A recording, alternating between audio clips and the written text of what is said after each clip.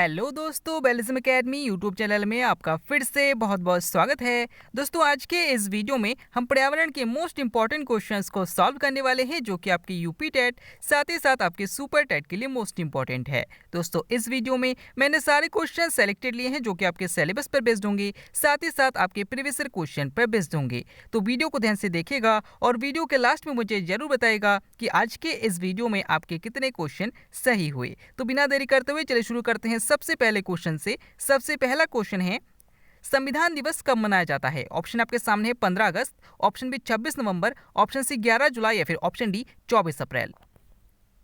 इसका सही आंसर हो जाएगा ऑप्शन बी 26 नवंबर।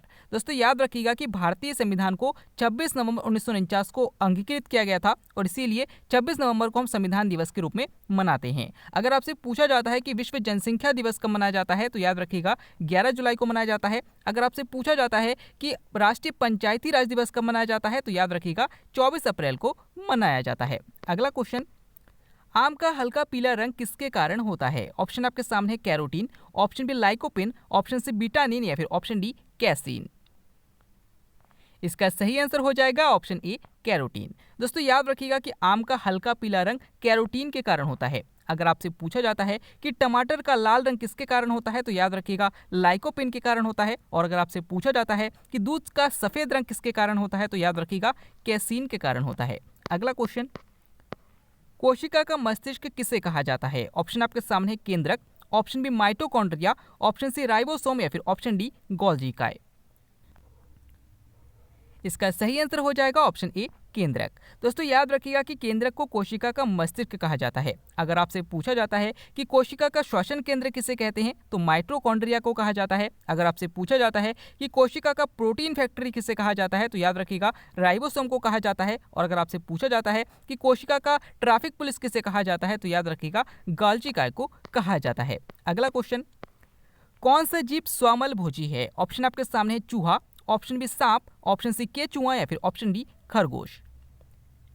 इसका सही आंसर हो जाएगा ऑप्शन डी खरगोश। दोस्तों, याद रखिएगा कि ऐसे जीव जो अपने मल को खाते हैं उन्हें हम स्वमल भोजी कहते हैं और खरगोश एक ऐसा जीव है जो अपने मल को खाता है। अगला क्वेश्चन, रक्त का ऑक्सीकरण कहाँ होता है? ऑप्शन आपके सामने फेफड़ों में, ऑप्शन बी वृक्क में, ऑप्शन सी आमाशय में या फिर ऑप्शन डी पित्ताशय में।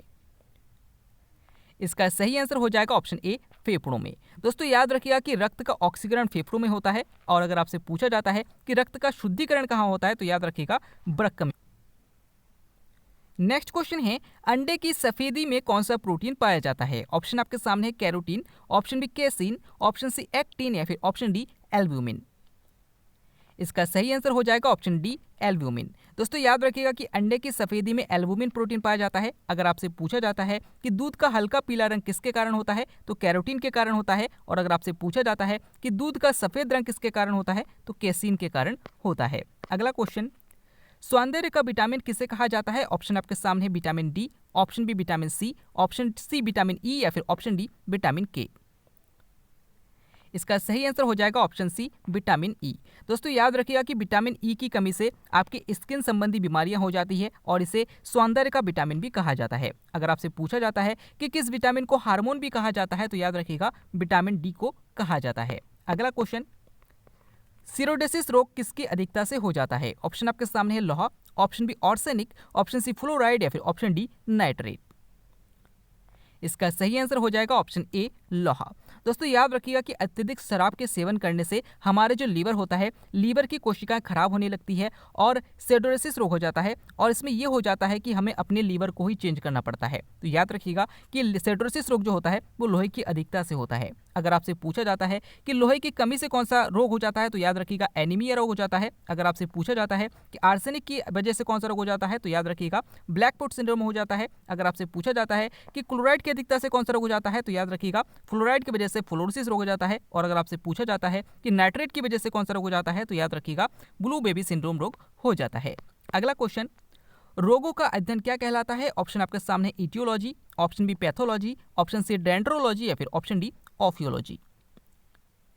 इसका सही आंसर हो जाएगा ऑप्शन बी पैथोलॉजी। दोस्तों, याद रखिएगा कि रोगों का अध्ययन पैथोलॉजी कहलाता है और रोगों के कारणों का अध्ययन एटियोलॉजी कहलाता है। अगर आपसे पूछा जाता है कि वृक्षों तथा झाड़ियों का अध्ययन क्या कहलाता है, तो याद रखिएगा डेंड्रोलॉजी कहलाता है। और अगर आपसे पूछा जाता है कि सांपों का अध्ययन क्या कहलाता है, तो याद रखिएगा ऑफियोलॉजी कहलाता है। अगला क्वेश्चन, किस मच्छर को टाइगर मच्छर कहा जाता है? ऑप्शन आपके सामने है मादा एनाफिलिस, ऑप्शन बी मादा एडिस, ऑप्शन सी मादा क्यूलेक्स या फिर ऑप्शन डी इनमें से कोई नहीं। इसका सही आंसर हो जाएगा ऑप्शन बी मादा एडिस।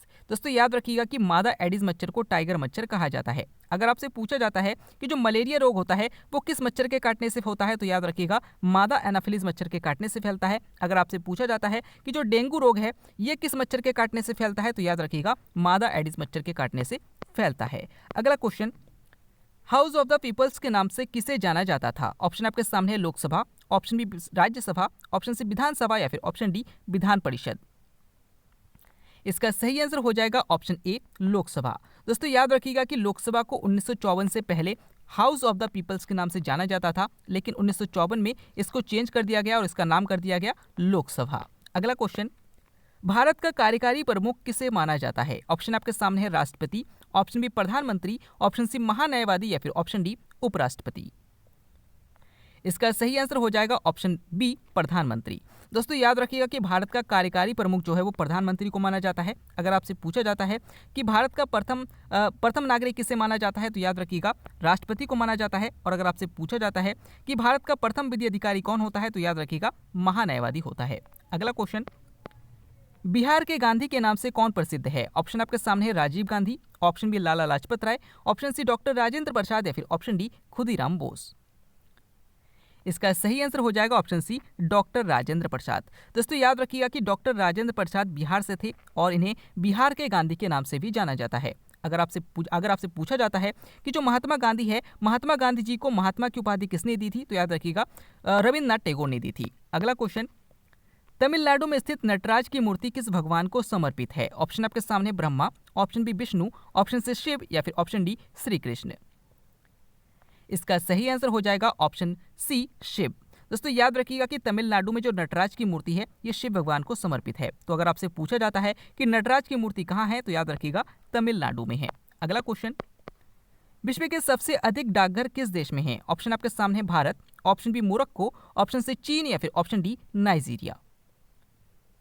इसका सही आंसर हो जाएगा ऑप्शन ए भारत। दोस्तों याद रखिएगा कि भारत में सबसे अधिक डाकघर का जाल है। अगर आपसे पूछा जाता है कि विश्व डाक दिवस कब मनाया जाता है, तो याद रखिएगा 9 अक्टूबर को मनाया जाता है। और अगर आपसे पूछा जाता है कि जो पोस्टल कोड व्यवस्था की शुरुआत की गई थी वो कब की गई थी, तो याद रखिएगा 1972 में की गई थी।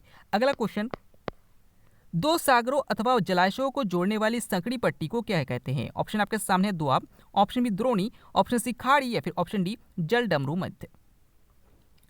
इसका सही आंसर हो जाएगा ऑप्शन डी जल डमरू मध्य। दोस्तों याद रखिएगा कि जो जब दो बड़े भूखंड होते हैं, मान लीजिए कि दो बड़े भूखंड हैं और इनको ये बड़े जलाशय हैं, इनकी बहुत बड़ा समुद्र है, तो इन दोनों भूखंडों को अलग कर रहा है और दो समुद्र को जोड़ रहा है, तो इसे हम जल डमरू मध्य कहेंगे। तो याद रखिएगा दो जलाशयों अथवा सागरों को जोड़ने वाली संकड़ी पट्टी यानी कि जो छोटी सी पट्टी आकार की होती है उसे हम जल डमरू मध्य कहते हैं। अगला क्वेश्चन, विश्व स्वास्थ्य दिवस कब मनाया जाता है? ऑप्शन आपके सामने 1 जुलाई, ऑप्शन बी 14 नवंबर, ऑप्शन सी 7 अप्रैल या फिर ऑप्शन डी 5 दिसंबर।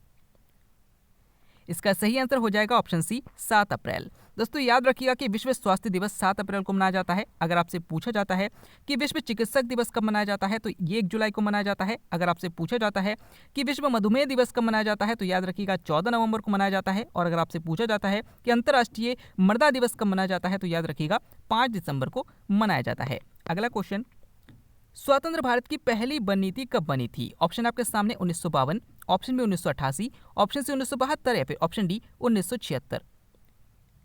इसका सही आंसर हो जाएगा ऑप्शन ए 1952। दोस्तों याद रखिएगा कि स्वतंत्र भारत की पहली वन नीति 1952 में आई थी। और अगर आपसे पूछा जाता है कि संशोधित वन नीति कब आई थी, तो याद रखिएगा 1988 में आई थी। अगला क्वेश्चन, पूर्वोत्तर रेलवे जोन का मुख्यालय कहाँ है? ऑप्शन आपके सामने है Kolkata, option B Chennai, option C Gorakhpur या फिर ऑप्शन डी इलाहाबाद।